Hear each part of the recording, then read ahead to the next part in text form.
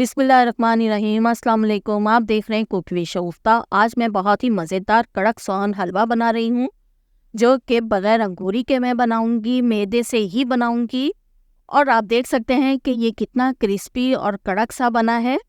ये देखने में जितना खूबसूरत है, खाने में इससे भी कई गुना ज़्यादा ये मज़ेदार है।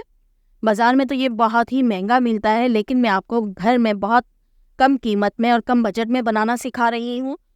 बनाने से पहले मैंने एक प्लेट में देसी घी लगा दिया है और जिस सांचों में हमने इन्हें जमाना है उनमें भी हम देसी घी ही लगा देंगे। अगर सांचे नहीं है, आप कोई भी प्यालियाँ ले सकती हैं। इस तरह प्याली में भी मैं आपको जमा कर दिखाऊंगी। अब इन प्यालियों में और सांचों में मैं बादाम रख रही हूँ। बादाम मैंने चंद ही बादाम लिए थे, जिनमें मैंने आधे आधे बादाम कर दिए हैं और उल्टी साइड ही हम ये बादाम रखेंगे। स्किन वाली साइड ऊपर रखेंगे और जो प्लेन है वो नीचे रखेंगे।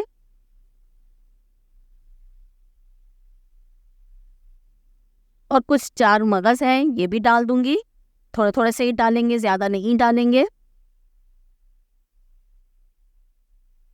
अब प्लेट में मैं डाल रही हूँ 5 टेबल स्पून मैदा और साथ ही इसमें 5 टेबल स्पून ही सूखा दूध डाल रही हूँ। खुश्क पाउडर डाल रही हूँ। ये लेबिल ही चम्मच थे, कोई भर कर नहीं है हमने लेना है, लेबिल ही लेना है। अच्छी तरह से मिक्स कर देंगे और प्लेट को एक तरफ रख देते हैं।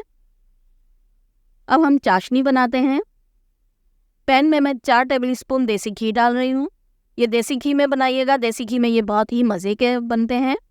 और साथ ही 1 कप इसमें मैं चीनी डाल रही हूँ। चीनी का मैंने कैरेमल बनाना है और फ्लेम को मैंने लो ही रखा है, हाई नहीं रखेंगे।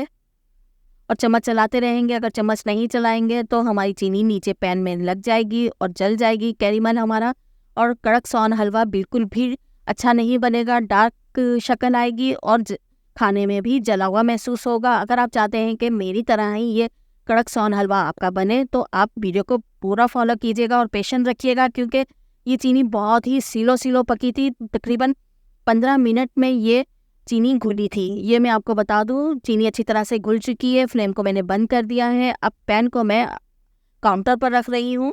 काउंटर पर रखते ही जो मैंने मैदा और खुश्क दूध मिक्स करके रखा था वो थोड़ा थोड़ा करके शामिल करेंगे और चम्मच चलाते रहेंगे।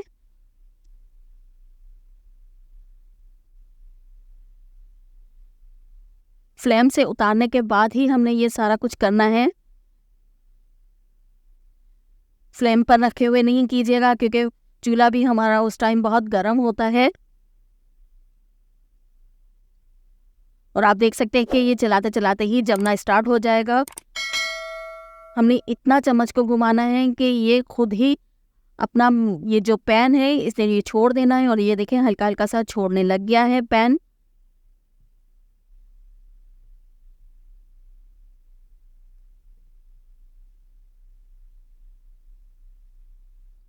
तकरीबन 2 मिनट मैंने अच्छी तरह से इसे मिक्स किया है।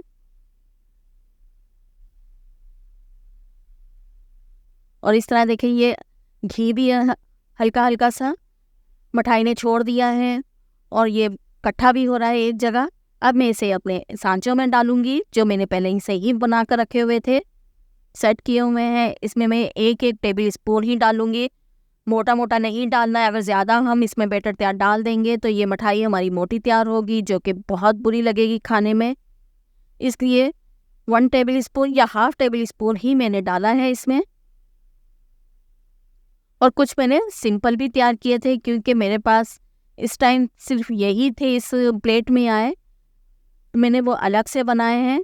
तकरीबन 15 मिनट में अच्छी तरह से ये मिठाई जम चुकी है। कड़क सोहन हलवा तैयार हो चुका है। मैं आपको निकाल कर दिखाती हूँ। ये देखिए कितनी आसानी के साथ ये निकल रहा है। माशाल्लाह, सुभान अल्लाह, बहुत ही मज़े की तैयार हुई है मिठाई। ये देखने में जितनी खूबसूरत है, खाने में इससे भी कई गुना ज़्यादा ये मज़े की है। आप इसे एक बार बनाकर स्टोर करके रख सकते हैं। हमारी तो ये स्टोर नहीं हुई थी, क्योंकि ये दूसरे या तीसरे दिन ही ख़त्म हो गई थी। बहुत ही मज़े की तैयार हुई थी। माशाल्लाह, अल्हम्दुलिल्लाह, बहुत ही मज़े का कड़क सोहन हलवा तैयार हुआ है। आप अपने घर में एक बार तो इसे ज़रूर बनाइएगा। और अगर रेसिपी अच्छी लगे तो जाते जाते एक लाइक कर दिया करें। अपना ख्याल रखिएगा। अपनी दुआओं में मुझे याद रखिएगा। अल्लाह हाफिज़।